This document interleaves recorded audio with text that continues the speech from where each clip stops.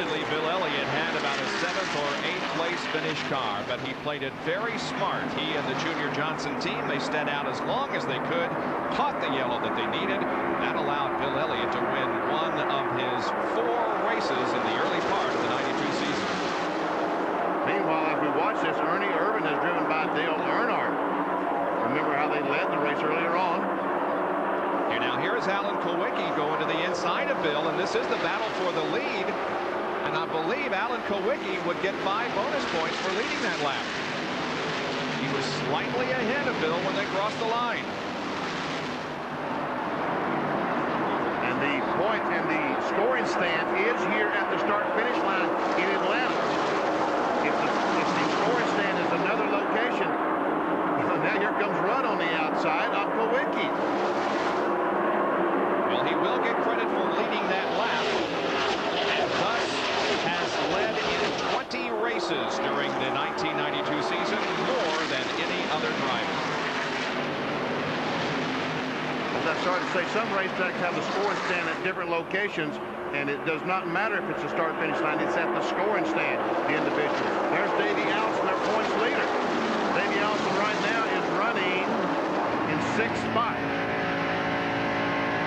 This is from Morgan Shepherd's roof cam.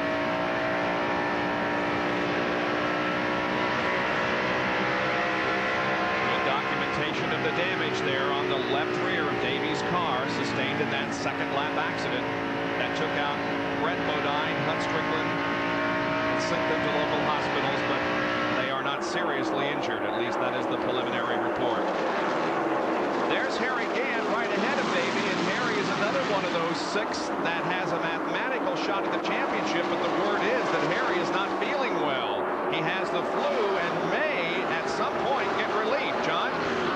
Well, you're exactly right, Bob. I was talking with his car owner, Leo Jackson, this morning. He said the car was great, everything was great. The only thing that worried him, Harry had been sick all weekend with the flu. During that last caution period after making the pit stop, Harry radioed back in and said, hey, you might want to think about going and finding my Skoll teammate Rick Mast to see if he will relief drive for me if it gets to that point.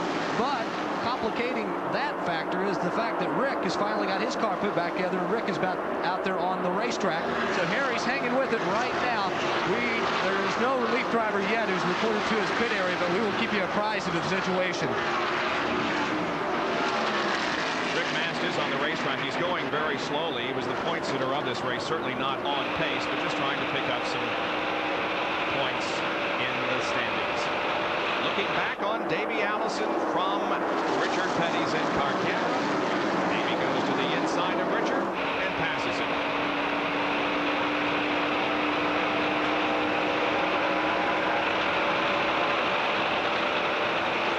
Richard Petty's seen this scene many, many times, and we're watching now.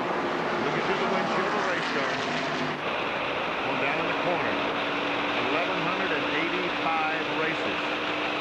Both of you guys have had the experience of watching that car either run in front of you, behind you, but probably more than not ahead of you. Most of the time in front of me, yeah. He was always right there. As we watch Petty and Harry Gant, once again now Earnhardt has gotten back by Ernie Irvin, so I guess they're all a little more going on in front. Is 4th in the points and is 97 points behind. But right now he is behind the 3 front runners on the racetrack. There's their lead of the race, Bill Elliott. Here's 2nd place car, Alan Kulwicki. And Kulwicki could get in front, lead a lap, and go on and lead the most lap. Put a lot of pressure on Davey Allison. Kulwicki leads that lap, but again, he's already picked up the 5 bonus points. And this is neat, gentlemen, seeing these 2 battle for the lead. As you pointed out so accurately in your stand-up opens, that we're not going to see any stroking today. No driver is going to run for 11th or better or 15th or better. All of these drivers that are in the hunt for the championship are flat out today. And we see Mark Martin coming in the mix. He's had an awfully fast race car all afternoon so far. And another one of the 6 eligible, or at least mathematically eligible, to win the title. Look at Mark come up. Look at his come up on these 2. Wow. Another lap of field summary. When he came up behind Quick, it got Allen just a little bit loose. Quick had to squeeze out of the gas. He tried it one more time. Watch them go high. Martin under him. 3 wide and 4.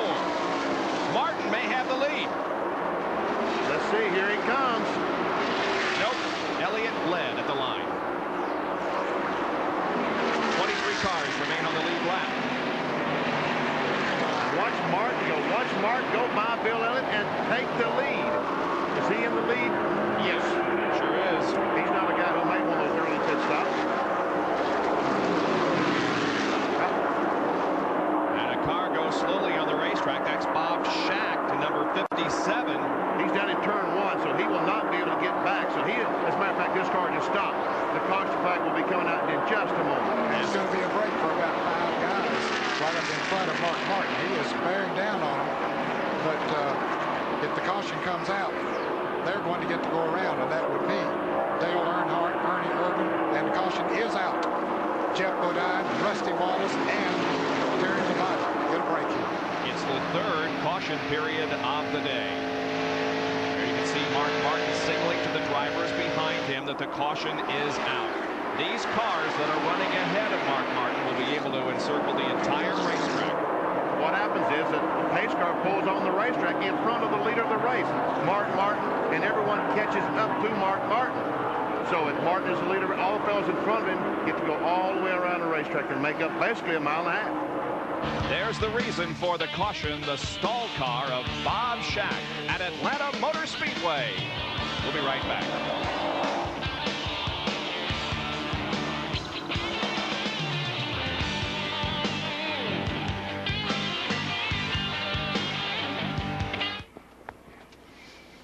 Yes, sir.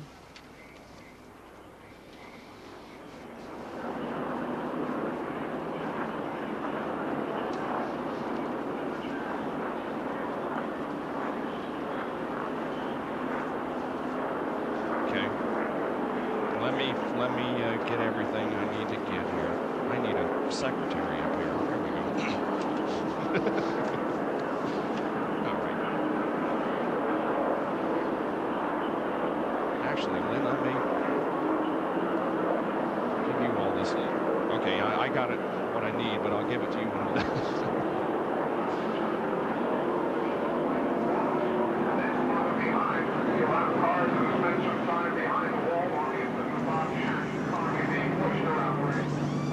Whoops, Spencer just missed his pit.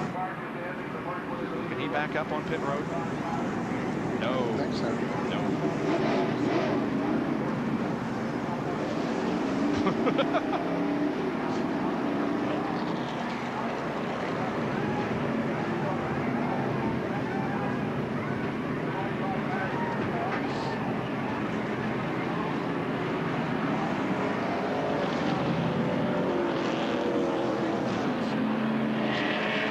ESPN Speed World today at Atlanta Motor Speedway for the Hooters 500, the finale of the 1992 NASCAR Winston Cup season. We are under our 3rd caution period of the day because of Bob Shack's stalled car.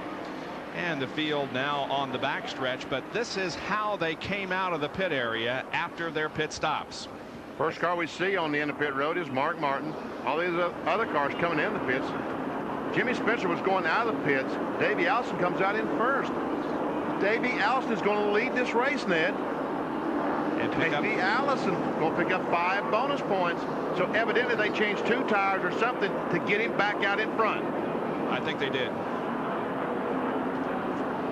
Well, tonight here on ESPN, it's the battle of the New York Giants against the Denver Broncos. The AFC West leading Broncos, led by strong-arm quarterback John Elway, take on the 5-4 New York Giants, who are battling to capture an NFC wild card. 8 o'clock tonight, 5 on the West Coast, the Giants and the Broncos. NFL Sunday Night Football here on ESPN. Once again, today's race includes the Gillette Halfway Challenge. $10,000 to the driver leading the halfway lap, and a lucky fan at home could win a new Chevrolet Lumina Z34. If you have entered the contest for this race and your entry is selected and you are called at home, you must name the driver who won the Gillette Halfway Challenge.